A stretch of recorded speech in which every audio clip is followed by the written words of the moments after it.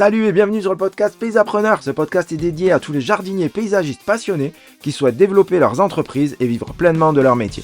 Je suis Joël Arquier et après plus de 20 ans passés en tant qu'entrepreneur paysagiste, aujourd'hui j'accompagne ceux qui, comme vous, veulent transformer leur passion en business rentable.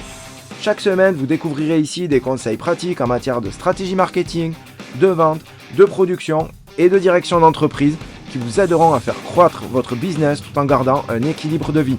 Alors, prêt à passer au niveau supérieur ? Salut à tous, j'espère que vous allez bien. Soyez les bienvenus pour ce nouvel épisode du podcast Paysapreneur. C'est toujours un plaisir de vous retrouver semaine après semaine. J'espère que vous prenez autant de plaisir à écouter ce podcast. Et alors, si c'est le cas, faites pas comme tous ceux qui partent sans rien dire. Laissez un commentaire, laissez un message, donnez un avis 5 étoiles. Ça me fera plaisir et puis ça aidera surtout d'autres entrepreneurs paysagistes comme vous à découvrir le podcast et à être aidés pour développer leurs entreprises. Alors aujourd'hui, on va s'attaquer à un domaine. Alors on en avait déjà un peu parlé la semaine dernière avec le Black Friday, mais c'est le domaine des ventes. Alors le Black Friday, c'est plus un événement promotionnel, marketing, etc. Mais l'idée, comme tout événement marketing, c'est de développer les ventes. Et aujourd'hui, ce qu'on va faire, c'est qu'on va aller vraiment chercher dans le process de vente, qu'est-ce qui fait que tu peux vendre plus facilement que certains où, si tu as des difficultés à vendre, identifier là où est-ce que tu as ces difficultés et comment est-ce que tu peux faire pour les surmonter et que ton système de vente soit plus fluide. Donc, ce qu'on va faire, c'est qu'on va passer d'un système de vente poussif à un système de vente qui est vraiment engageant et qui fait en sorte que les personnes aient envie de travailler avec toi vraiment sans problème et que ton système de vente soit vraiment très, très fluide. Alors, pourquoi c'est important que tu t'attaques au système de vente? Tout d'abord parce que le système de vente, on l'a dit, si tu es amené à faire une offre à un client, à présenter un devis à un client ou même à te rendre sur un rendez-vous avec un client, en fait, ça vient parce que tu as engagé des actions marketing. Ces actions marketing, aussi banales puissent-elles te sembler, du style bouche à oreille ou flyer, ou voilà, ce genre de choses que tu as l'impression qui ne coûtent rien, ou site internet, fiche Google établissement, les gens t'ont contacté, tu as l'impression que ça coûte rien, mais en fait, ça te coûte de l'argent. Pourquoi ça te coûte de l'argent? Parce que même ces actions qui semblent être vraiment gratuites, ça semble être gratuit, mais en fait, c'est pas gratuit parce que imagine que tu travailles par du bouche à oreille, on va dire que c'est quand même l'action marketing la plus gratuite. Alors, c'est pas vraiment une action marketing, hein, on est d'accord, le bouche à oreille, parce que ça ne se mesure pas. C'est pour ça qu'on dit que c'est pas une action marketing. Ça va plus être une action de stabilisation de ton entreprise et de croissance lente mais stable, parce que ça veut dire que tu fais du bon travail et donc les gens te recommandent. Mais même par ce biais-là, si tu es amené à faire un devis, ça te coûte de l'argent, tout simplement par le fait que tu sois dans l'obligation de te rendre chez les clients, d'être sur les lieux, de prendre du temps avec ces clients-là, de discuter, etc. Donc, si derrière ton devis que tu réalises n'est pas vendu, tout ça, c'est de l'argent qui est perdu. Si ton temps est perdu, c'est de l'argent qui est perdu. Prends ton tarif horaire, prends le temps que tu as passé chez ces clients-là, le devis n'est pas validé, c'est du temps c'est l'argent qui est vraiment du manque à gagner, tu vois. Donc, il faut vraiment que tu fasses très attention à bien être focus sur tes ventes parce que quand tu tiens un prospect, même s'il est arrivé d'une manière gratuite, donc je ne parle pas si tu fais de la publicité, Facebook, Google ou toutes sortes d'autres publicités payantes. Si c'est même si c'est du gratuit, ce temps-là, ça vaut de l'argent. Donc, tu as intérêt que quand tu vois un client, tu lui fais une offre, qu'elle soit validée et ce qu'on appelle le taux de conversion, hein, c'est-à-dire le nombre de devis que tu as fait au nombre de clients que tu as rencontrés par rapport au nombre de devis vendus, tu as un intérêt que ce taux de conversion soit élevé, voire très élevé, parce que ça veut dire que tu perds pas du temps en vente, ça veut dire que tu es un vendeur compétent ou compétente et que du coup, les clients te font confiance tout de suite et tu arrives à faire signer les devis tout de suite.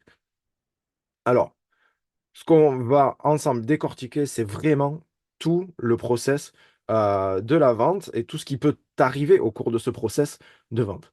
Alors, la première des choses, c'est que euh, tu dois vraiment comprendre. C'est vraiment le premier point.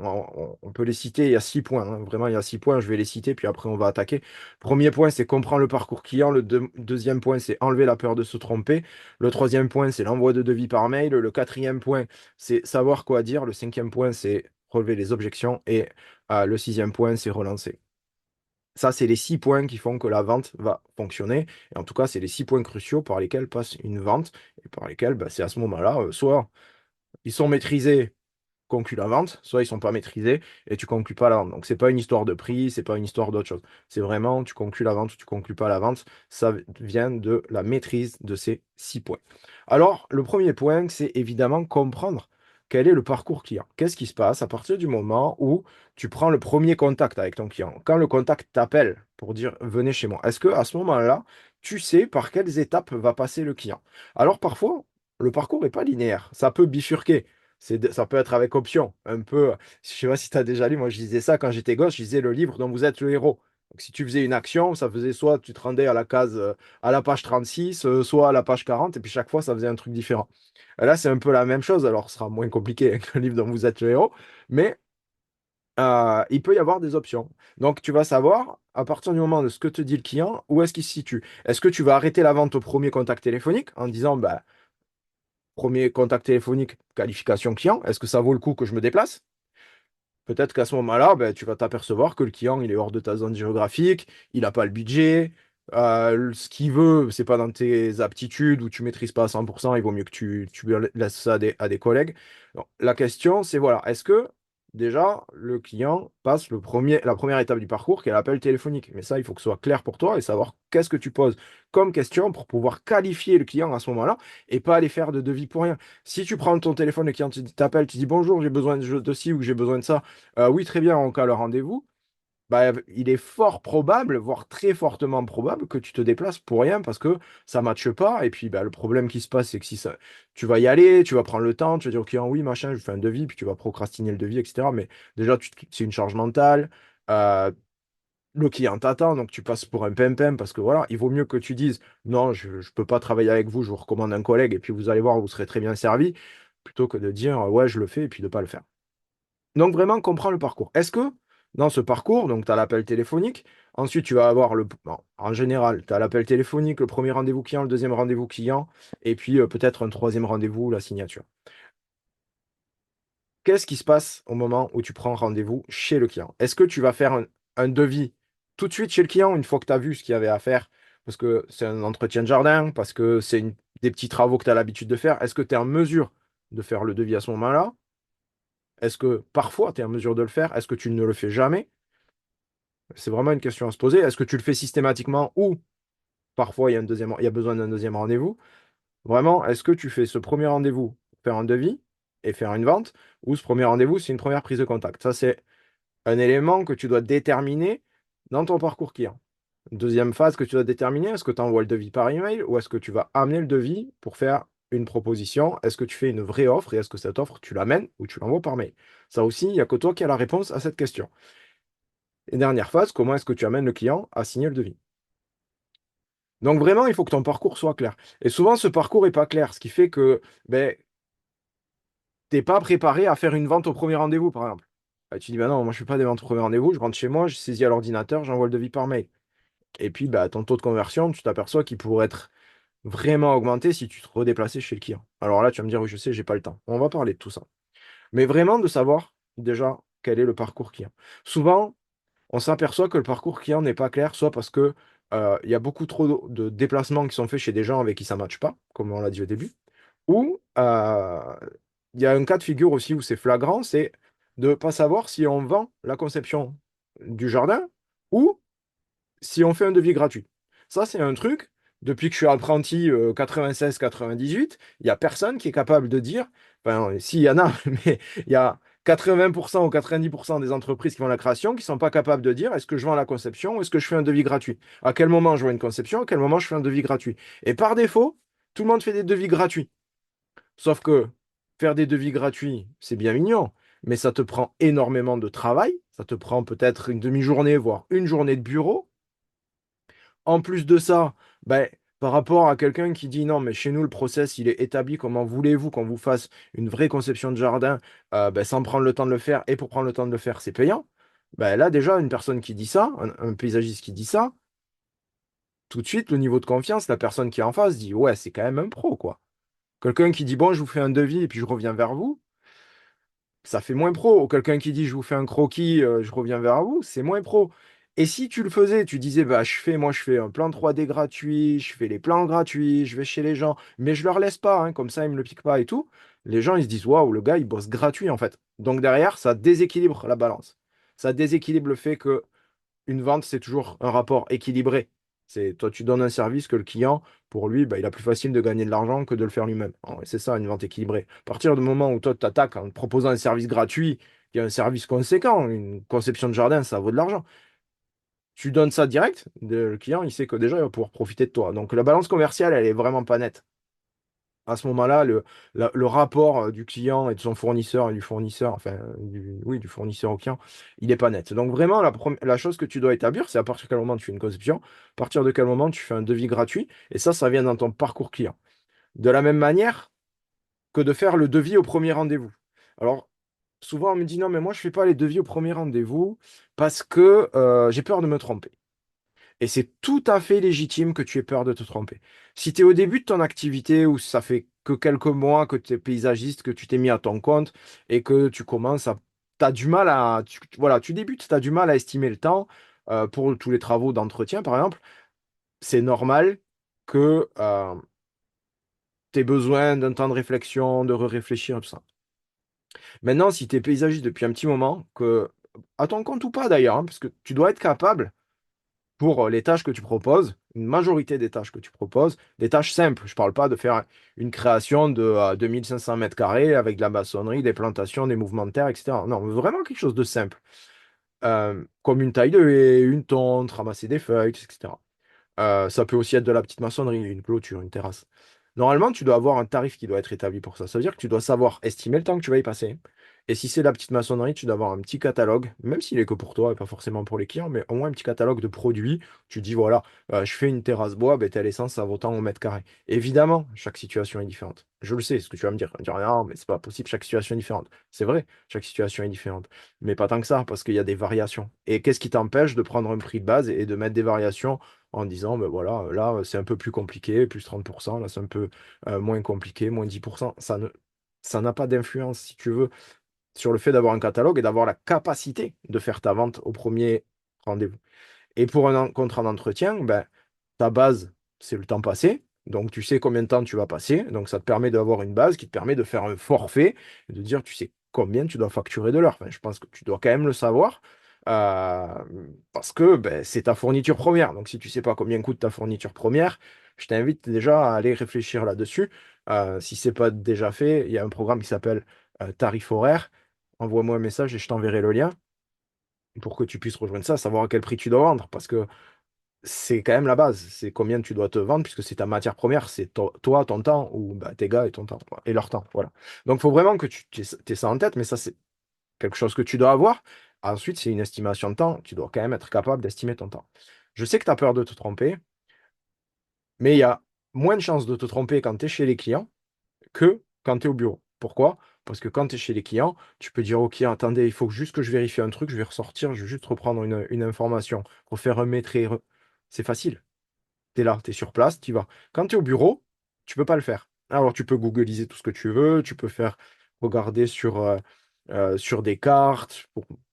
Oui, tu peux le faire. Ce sera jamais aussi précis que si tu étais chez le client. Donc, profite de ce rendez-vous-là où tu es chez le client pour essayer de faire des ventes en une fois. Et en tout cas, proposer le devis à ce moment-là. Et après, la vente va venir. Mais au moins, proposer le devis directement.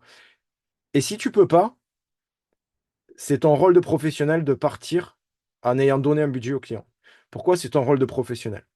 Imagine, et ça m'est déjà arrivé, je fais venir un artisan chez moi, c'est un artisan qui doit faire des travaux d'électricité. Donc je lui montre tout ce qu'il y a à faire en électricité. L'artisan regarde, il fait le tour, il me dit OK, OK, je vois, ouais, OK, très bien. Alors, te donner un exemple, c'était la pose d'un bloc de clim, hein, donc c'est pour mettre la clim à la maison. Donc le gars il me dit ouais, ouais, c'est bon, je vois tout ça. Alors vous aurez des aides, hein, parce que voilà, il y a des aides en ce moment et tout ça. Je dis OK, très bien. Bon, mais je reviens vers vous, j'envoie un devis. C'est pas pro. En vrai, c'est pas pro. Il devrait me dire, bah voilà, pour vous, il y aura un budget à peu près à prévoir de tel montant. C'est pas pro. J'ai pas travaillé avec cette personne. Par contre, il y a une personne qui est arrivée, qui m'a dit, OK, pas de problème. Je vois très bien ce que vous avez. Le bloc clim que vous devez mettre, c'est celui-là. Les aides, elles sont là. Vous pouvez demander ça, ça ou ça. Et puis, bah, pour euh, avoir la clim, ça coûte tant. Je vous fais le devis tout de suite. Si vous êtes OK, on peut lancer les travaux. C'est extrêmement professionnel. On voit une entreprise qui sait où elle va. On voit un commercial qui sait où il va, qui sait ce qu'il vend, il sait comment le vendre, il sait que tout est OK. Donc ça, c'est OK. Quelqu'un qui dirait, bah non, comme ça m'est arrivé. Quelqu'un qui dit, bah non, je sais pas, je revois au bureau, je vais voir les prix, peut-être qu'ils ont changé. C'est complètement flou. Je sais pas où on va.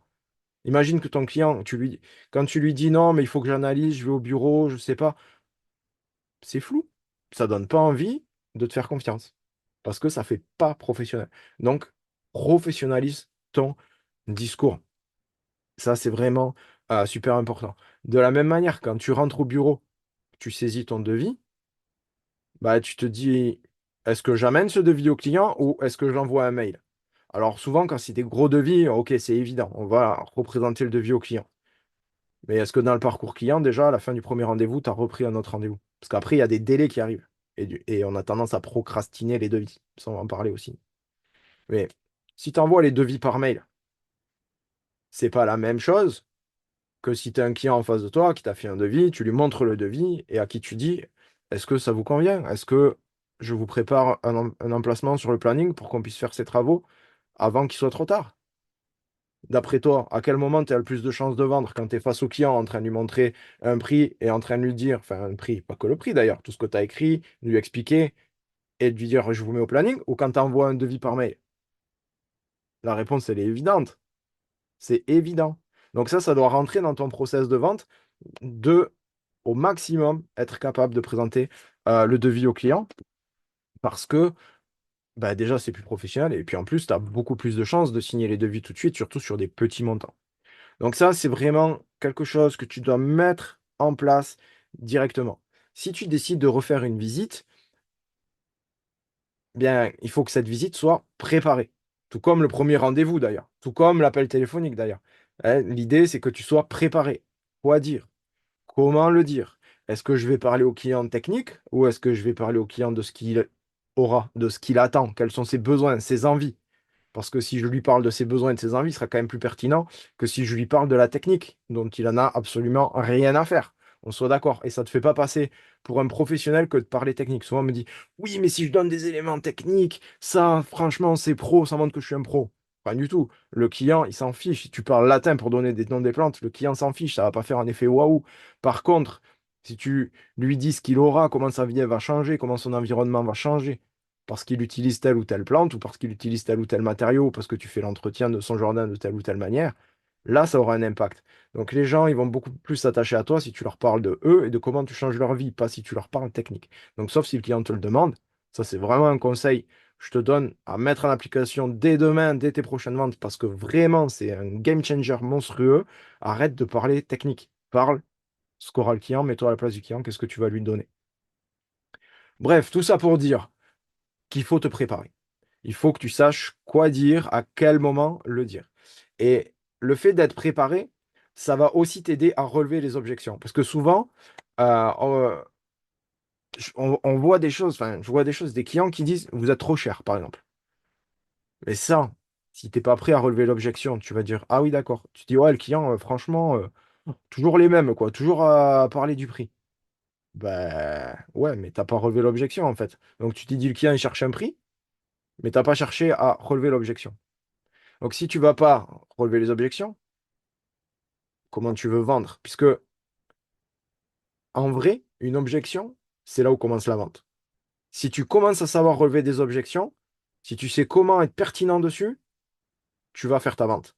Parce que quand un client te donne une objection, ça veut dire votre produit m'intéresse ou vos services m'intéressent.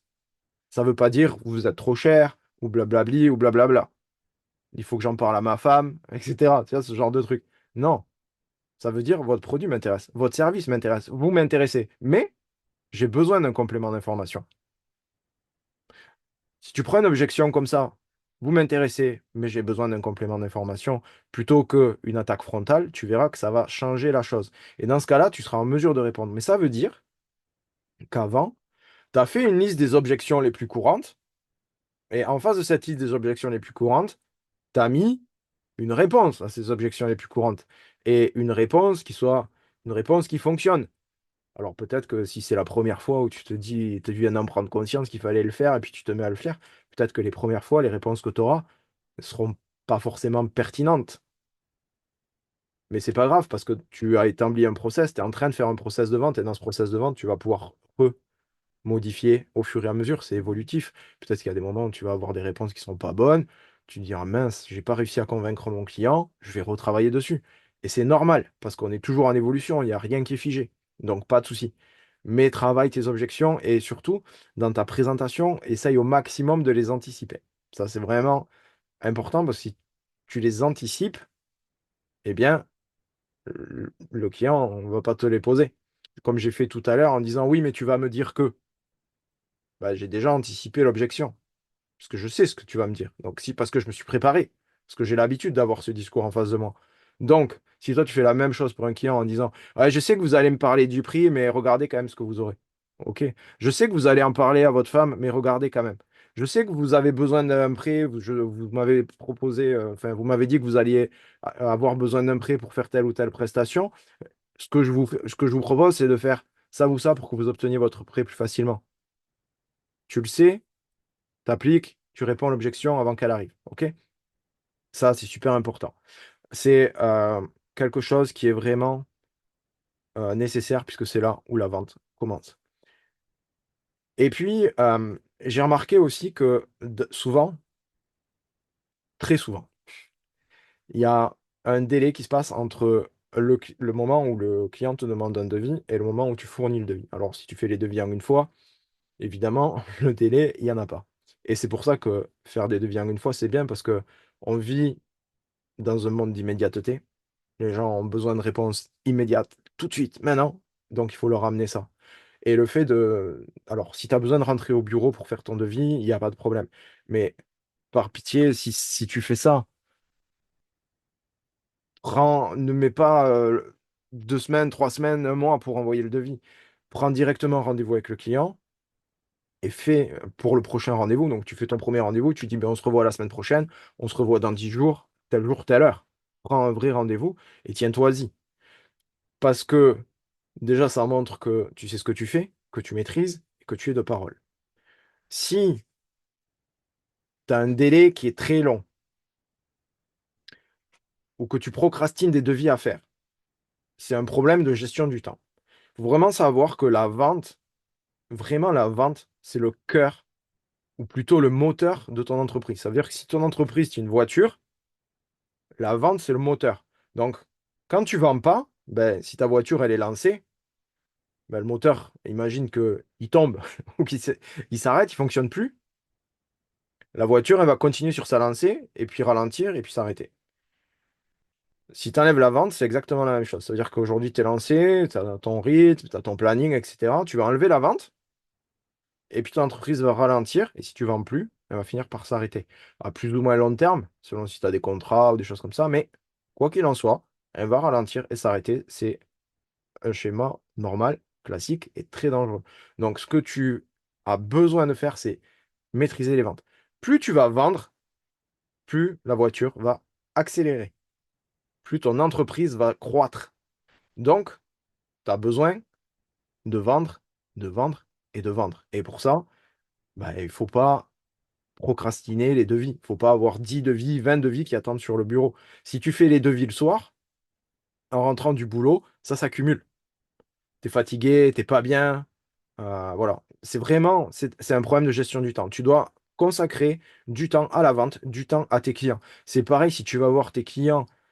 Fin de chantier, 18 heures, habillé crado, tu sens l'essence et tu vas chez les gens, ça présente pas bien. Ouais, OK, ça fait le gars qui bosse et tout, mais ça présente pas en vrai, ça présente pas. Donc là, les gens ils vont dire: «Bah, ouais, c'est un petit gars, on va l'avoir, il sera pas cher». Bah oui, c'est normal parce que tu présentes pas. Mais si tu prends le temps de faire bien de t'occuper de tes clients, à la fois au bureau et à la fois chez eux, tu vas voir que ça va faire la différence. Si vraiment tu as pas de temps, c'est que soit tu passes trop de temps en production et tu as pas pris conscience que la vente était le moteur de la voiture, soit c'est que tu as besoin de déléguer certaines tâches, notamment des tâches administratives. Ça peut être, l'envoi de factures, ça peut être répondre au téléphone, ça peut être plein de choses. mais délègue des tâches administratives. La comptabilité, c'est un truc, enfin, moi, c'est un truc qui me sort par les yeux, la comptabilité, par exemple. Bah, c'est délégué. Clairement, c'est délégué. Délègue tout ce qui ne maîtrise pas et concentre-toi sur les ventes et n'aie pas peur de prendre une assistante parce que oui, ça va te coûter un petit peu d'argent, mais l'argent que tu vas mettre, tu vas le récupérer 10 fois derrière si tu augmentes tes ventes. Qu'on soit bien d'accord. Donc vraiment, délègue tout ce que qui te prend du temps pour rien, en fait, tout simplement. Donc c'est vraiment très important d'avoir cette gestion du temps et de bien comprendre que le moteur, c'est vraiment la vente, c'est vraiment le moteur de ton entreprise. Et puis, bah, le dernier point, puisque tu t'en es peut-être pas aperçu, mais on a évoqué les 5 premiers. Le dernier point, c'est souvent la peur de relancer. Alors, évidemment, on va essayer de faire des ventes directement quand on est face au client. Je parle pas quand on fait une vente par mail. Une vente par mail, on va écrire un joli texte, surtout si tu t'envoies le devis par mail ou l'offre par mail, parce que qu'on soit bien d'accord, il y a le devis, document légal. Ce devis-là, tu dois le joindre avec une offre, il y a un document de présentation du devis pour que le client ne regarde pas que le prix, parce que des lignes, c'est moche et on comprend rien à ce qui est écrit. Ce qu'on va focus, le client, ce qu'il fait, il comprend rien, il va voir le prix. Voilà, il sait pas ce qu'il achète, mais il sait combien ça coûte. Ça, forcément, ça tue la vente. Donc, tu vas le joindre avec un document, une offre qui montre que ben voilà, ça donne envie d'acheter, c'est sympa. Puis cette offre, tu vas mettre un petit cadeau dedans pour inciter à l'achat sous un délai, par exemple, pour vraiment pousser le client. Et ça marche très bien. Donc tu vas mettre ça avec ton envoi ton mail.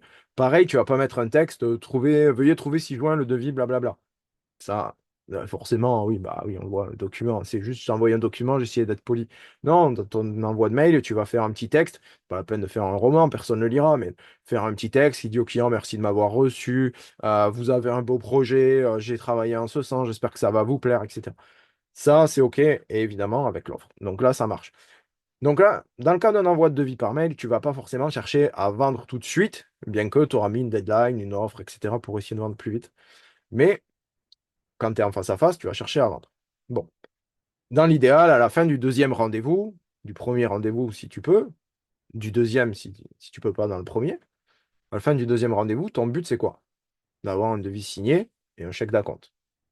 Ça, c'est vraiment ton but, ou un virement d'acompte.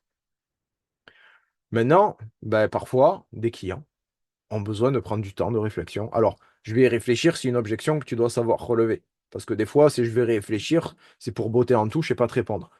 D'autres fois, c'est vrai, des clients ont besoin du temps de réflexion, surtout quand c'est des gros montants. Donc c'est OK. Mais maintenant, il faut que tu relances le client. Si tu relances pas le client, bah, ta vente, elle est perdue, ça, parce que il y en a, ils disent non, mais je relance pas. Tu vois, je fais l'objection. Euh, je relance pas, ça fait mort de faim. Ah non, ça fait pas mort de faim. Ça fait personne qui veut prendre soin de son client et qui veut lui apporter le meilleur service possible et qui, pour ça, bah, tu prends soin de tes clients, tu échanges avec eux. Si le chantier il était gratuit et que c'était tes potes, tu te dis, bon alors, on le fait quand? Ça te pèserait pas. Là, c'est parce qu'il y a de l'argent en jeu que ça te pèse. Mais en vrai, relancer, c'est rendre service aux gens. C'est les aider, c'est leur dire, votre projet me tient à cœur. J'ai envie que vous ayez un beau jardin. Votre projet me tient à cœur. Donc, bah, est-ce qu'on y va, quoi? Je vous mets au planning, on relance. Normal. Donc, la peur de la relance, elle est vraiment euh, bloquante. Elle est vraiment bloquante. Pour éviter la peur de relancer, essaye juste de te dire que que de relancer pur et dur le devis en appelant en disant bonjour, vous vous souvenez de moi, je vous avais laissé un devis. Bon, les gens se souviennent de toi, donc pas de souci. Surtout si tu laisses pas passer beaucoup de temps, et ça c'est super important. Mais de dire voilà, je vous appelle comme prévu à telle date, puisque tu as pris un rendez-vous, évidemment, un appel téléphonique, hein, on est d'accord. Parce qu'il faut toujours avoir des rendez-vous, ça va t'enlever du stress. Si tu pars de ton deuxième rendez-vous, les gens n'ont pas signé, tu leur dis je vous appelle dans 3 jours, mardi 14 h, ça vous convient? Oui, bah, les gens s'attendent à ce que tu appelles mardi 14 h. Donc pour toi, au niveau de la relance, déjà, c'est moins lourd. Euh, mais plutôt que de chercher à relancer le devis, cherche juste à aider les gens, à remonter dans leur mémoire. Si tu remontes dans leur mémoire, sans forcément relancer, juste d'une manière amicale, ça va permettre d'être ancré aussi dans leur esprit. Et donc, si tu es ancré dans leur esprit, ils auront plus de facilité à t'appeler toi qu'un autre en disant c'est quelqu'un qu'on apprécie, qu'on connaît bien, qui est sympa et avec qui on a envie de travailler. Pour ça, ce que je t'invite à faire, c'est d'utiliser la courbe des Binghaus, autrement appelée la courbe de l'oubli. Donc, bah, si tu as mon livre 36 outils pour développer votre entreprise du paysage, elle est dedans et il y a le plan de relance dedans. Et si tu l'as pas, je t'encourage à aller le chercher sur Amazon ou sur le site internet Paysapreneur. Ou tu peux, si tu cherches que la courbe de l'oubli, tu peux aussi la googliser, de demander à Google d'aller chercher la courbe de l'oubli. Et ça va te permettre d'avoir un plan de relance qui est basé dessus et qui va être beaucoup plus pertinent que de relancer un peu à je sais pas trop comment, je sais pas trop quand, etc. Et de la même manière, il faut que tes relances elles soient suivies. Donc ça veut dire qu'il faut que tu aies un CRM. Un CRM, c'est un logiciel ou une application qui te permet de suivre ta relation avec tes clients. Donc parfois, tu as des devis de compta gestion qui le font. Parfois, tu n'en as pas, il t'en faut un autre. Mais dans ce cas-là, même si tu débutes, tu dis, oh là là, il faut que j'achète un CRM, ça c'est compliqué, je sais pas comment je... Un simple fichier Excel ou un simple fichier Google va te permettre de suivre tes clients. C'est pas la peine de sacraliser le truc, c'est pas compliqué, mais de dire, monsieur, madame Dupont, rendez-vous le 15 mai, tel jour, telle heure, prochain rappel. C'est pas un souci, c'est facile à faire. Fichier Excel, tu l'ouvres, tu fais les relances de temps en temps. Si tu n'as pas pris des rendez-vous, imagine que les clients te bottent une fois ou deux fois en touche. Voilà. Tu te dis, OK, je vais les rappeler amicalement d'ici 15 jours ou 3 semaines pour voir ce que ça donne. Et ça, tu le suis avec ton CRM, tout simplement. Donc voilà, j'espère que ça va t'aider à vendre. N'oublie pas que pour qu'un client te passe commande, il faut qu'il y ait 3 niveaux de confiance qui soient validés. La confiance en toi en tant que personne, en tant que vendeur. La confiance en ton entreprise en tant qu'entreprise capable de réaliser les travaux. Et la compétence en tant que toi, professionnel et capable de faire les choses. Ça, c'est les 3 niveaux de confiance que tu dois valider avec tes clients. J'espère que cet épisode t'a plu. J'espère que ça t'a aidé dans ton process de vente. Encore une fois, j'y tiens beaucoup, mais la vente, c'est le cœur de ton entreprise. Pas de vente, plus d'entreprise. Donc, il faut vraiment que tu t'attelles à faire des bonnes ventes, à t'assurer que d'abord, tu es au bon prix, on en a parlé, et puis que ton process de vente soit bien établi, bien calé, et que tout soit OK pour que tu saches où se trouve le client, à quel endroit il se trouve, et que tu puisses optimiser ça. Encore une fois, sois rapide, sois organisé. Si tu es rapide et organisé, tu ne laisses pas le temps à tes concurrents d'aller te pomper des chantiers. Qu'on soit clair et net. Si tu es rapide et organisé, tu ne laisses pas le temps à tes concurrents d'aller te piquer des chantiers. Donc, tu aides tes clients au mieux, tu aides ton entreprise, puis tu aides aussi tous les salariés que tu as, si tu as des salariés, parce que ça fait vivre aussi des familles, une entreprise qui tourne bien. J'espère que cet épisode t'a plu. Je te mettrai dans le lien juste en dessous ou dans le descriptif du podcast ou de la vidéo le lien pour retrouver la matrice du tarif horaire. Black Friday, si tu la commandes à la fin de la semaine, tu as 100 euros de remise dessus. Pour retrouver également le livre 36 outils. Si tu as un blocage pour tes ventes, envoie-moi un petit message, joël@joelarki.com, pas compliqué, joël@joelarki.com. Tu m'envoies un petit message, tu me dis, je suis bloqué avec mes ventes, je sais pas comment faire. On en discute ensemble. Et puis, bien, si je peux t'aider à te débloquer, ce sera avec grand plaisir. Je te dis à très, très bientôt. Merci pour ta fidélité. Ciao, bye.